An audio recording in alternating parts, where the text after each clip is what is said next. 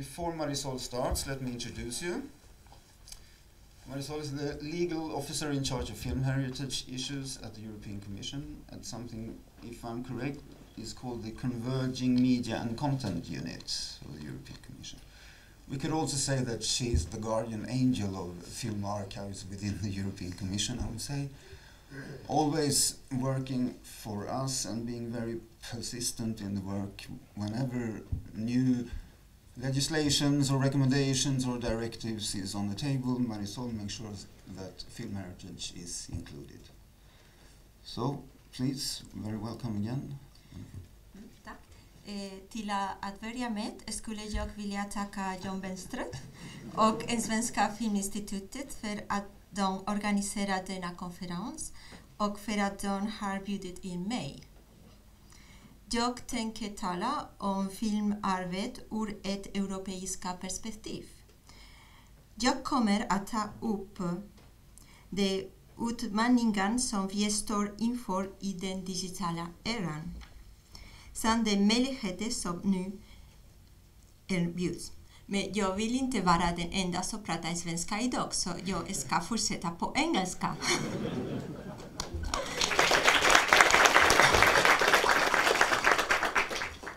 So, why the European Union is interested in film heritage?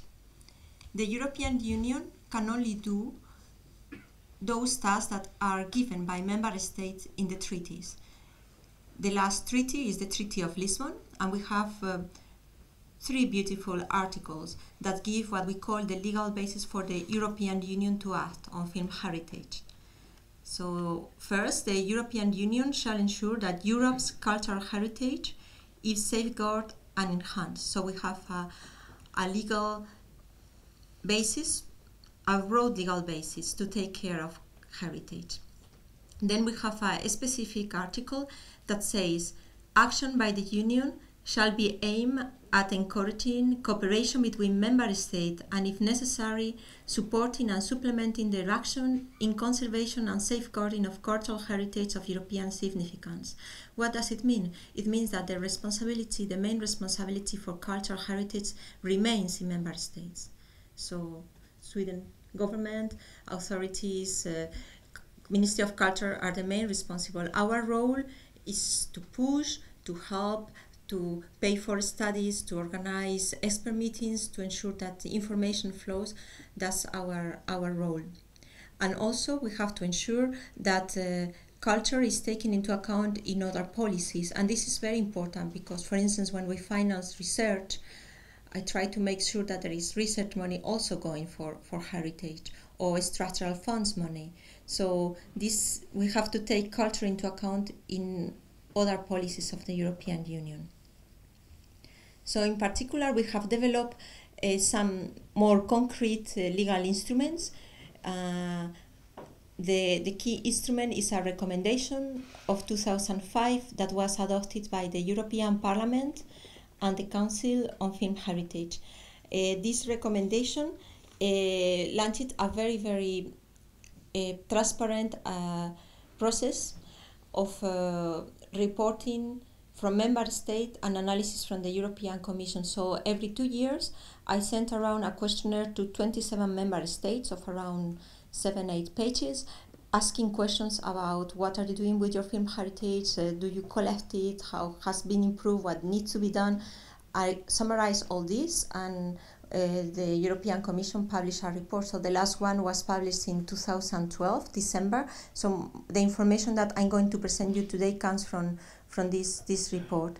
Everything is available online, so all the 27 member state reports are translated into English, and you can read it, so you can be curious and see what others are doing or not doing, and also see how Sweden is doing in this. We have other key documents. We have a General Commission recommendation on digitalization and online accessibility of cultural material, and this covers all kinds of material, books, pictures, films, television, and it was adopted by Council. So Council means all the ministries of Europe.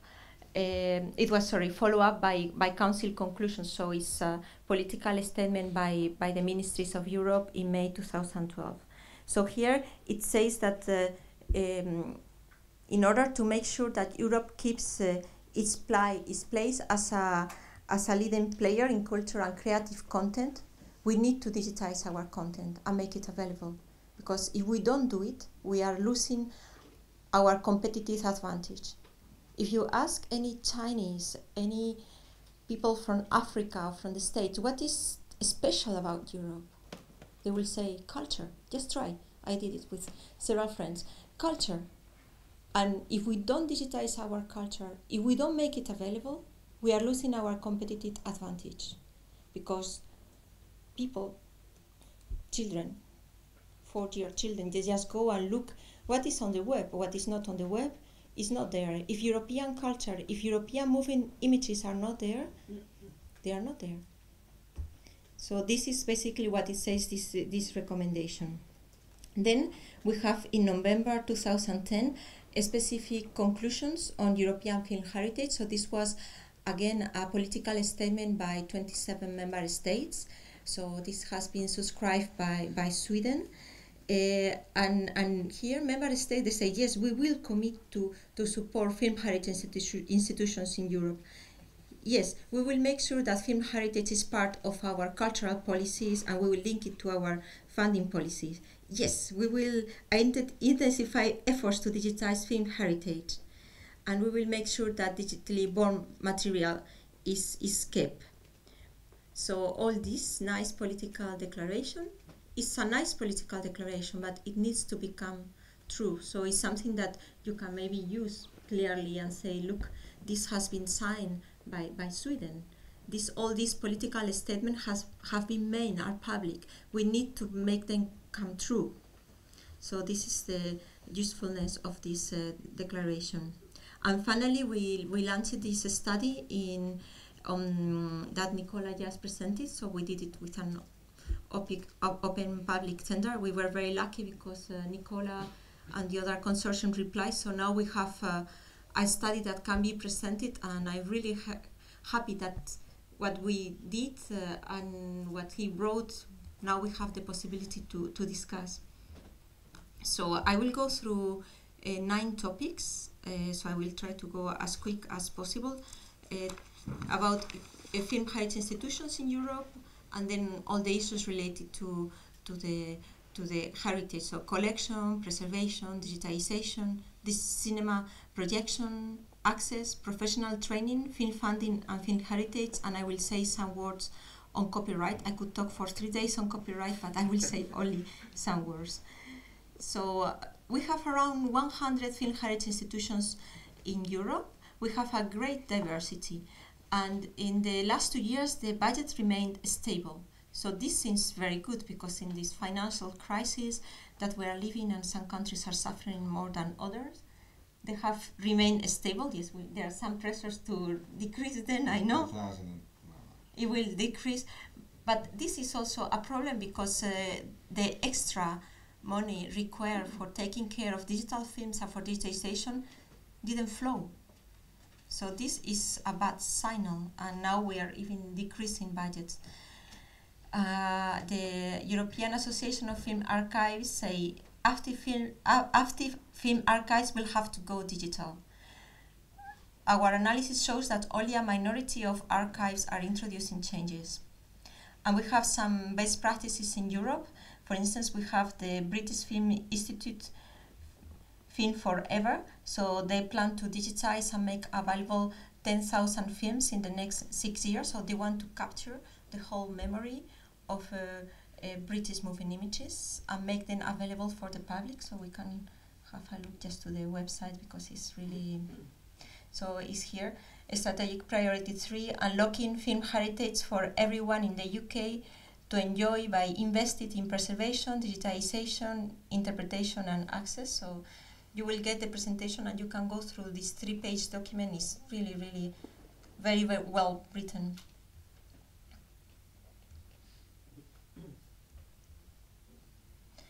And we also have France that has put in place a digitization plan. So they announced 400 million euros in 6 years to digitize their heritage and make it available. So this is the budget the France has put in place. So about collection, so in order to have something to preserve, you need to collect. So you can do it in two ways. You can either have a law that says everything that is shown in this country or produced in this country by law has to go to an archive, or you can have a contractual deposit, which means everything that is financed in this country, you need to give a copy to the archive. So Sweden has a contractual deposit. The problem in many countries is enforcement, because yes, it's very nice to have an obligation, but if nobody asks me to do it, maybe I forget to do it. So what is a very good practice that you have in Sweden is to make state aid conditional to deposit. And I think you even go beyond. If a filmmaker does not deposit the film, then he or she cannot ask for grant again. Yeah. So you really do it very well, and I give it often. That's how it works with the report, that when there is a good example, we try to extend it to another. A voluntary deposit is important to enrich the collections, of course. So both compulsory and legal deposit need to be completed with an active policy of getting voluntary deposit.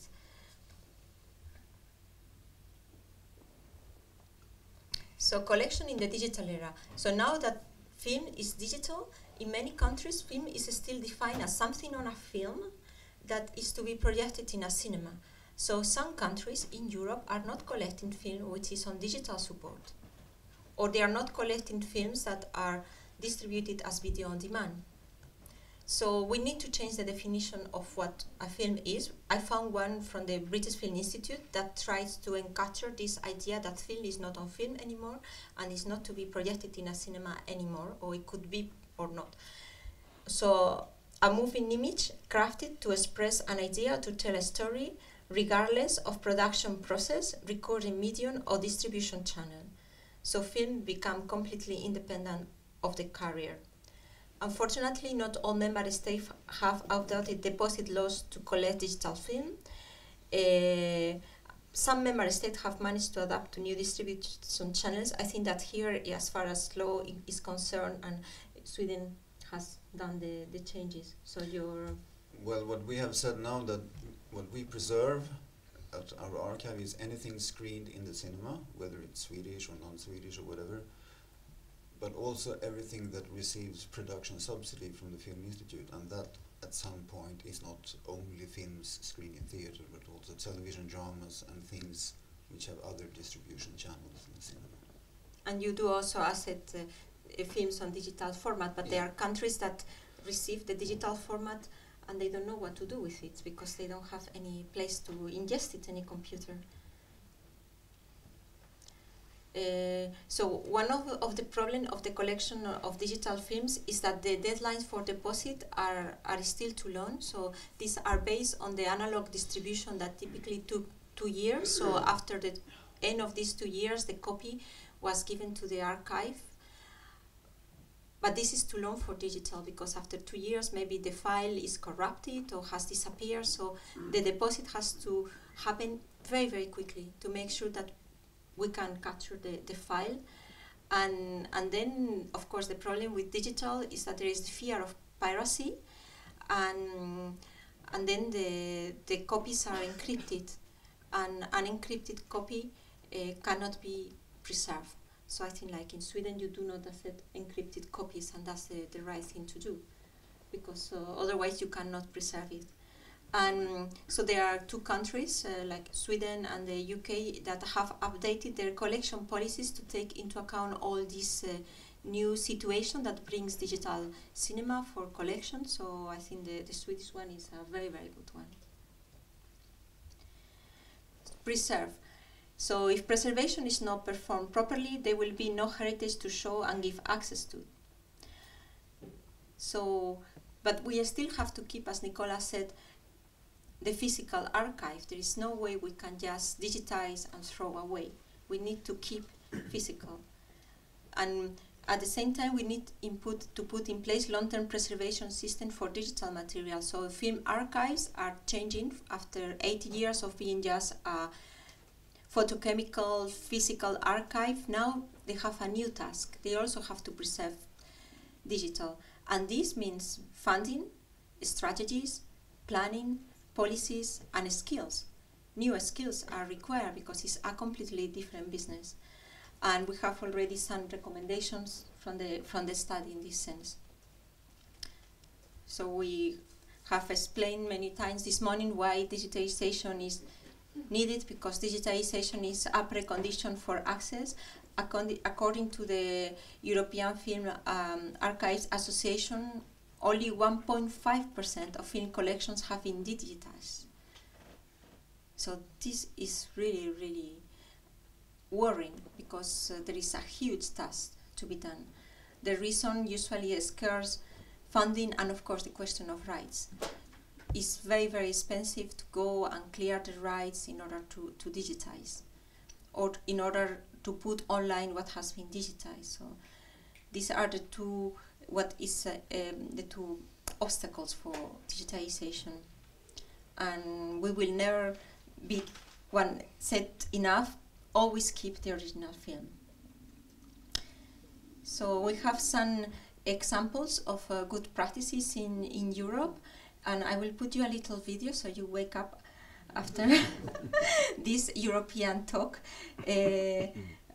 What is done in the Netherlands? So it's in Dutch, but it is with English subtitles, if I remember correctly.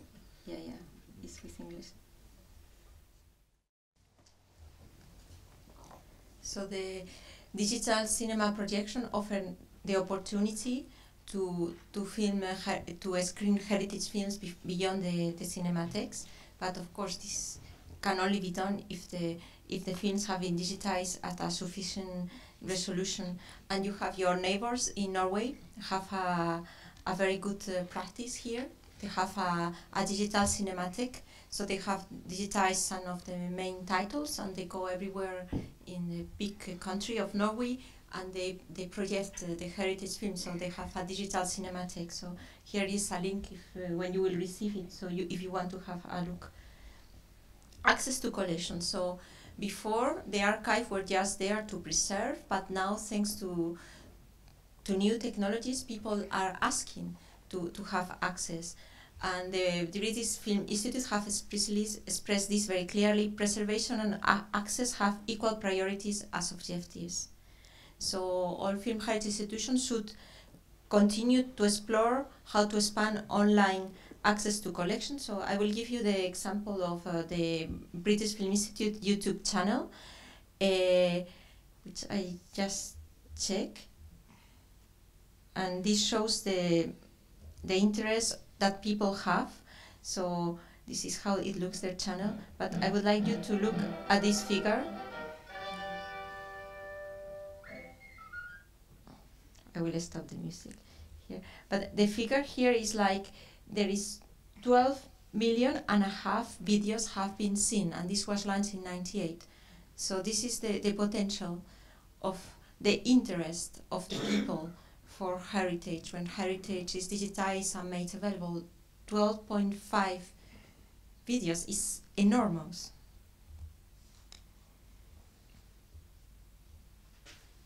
And if you don't put European stuff there, people will be watching something else. And of course this costs a lot of money, and partnership is also needed between the public institution and the private sector to bring all this online. So professional training, this has been a typically difficult point in the heritage institutions because there is no specialized training, so people are trained on the work. And now at the same time new digital competence need to be developed, and at the same time photochemical competence have to be maintained. I think in Sweden you have acquired the photochemical competence from laboratories, and this is very important, and is also a good an example of good practice. So film funding and film heritage.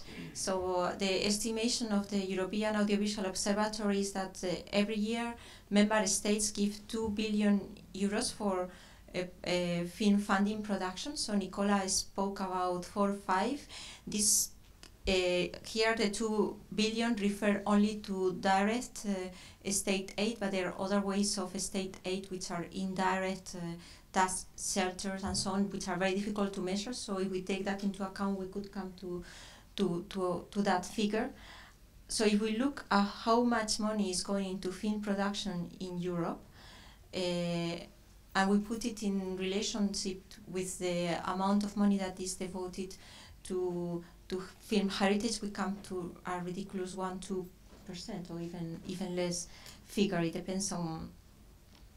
So some member states have noticed this, that there is a real unbalance. So they have linked film funding policy, which is a powerful and very well established policy, and film heritage, with 2 purposes. One is to enforce the contractual deposit, to make sure that to whatever you give money is then deposited and kept, and also to facilitate the use through contracts that are done at the time when the films are funding. And I think we have 4 member states, including Sweden, that is doing this, and is absolutely a good practice that we need to promote.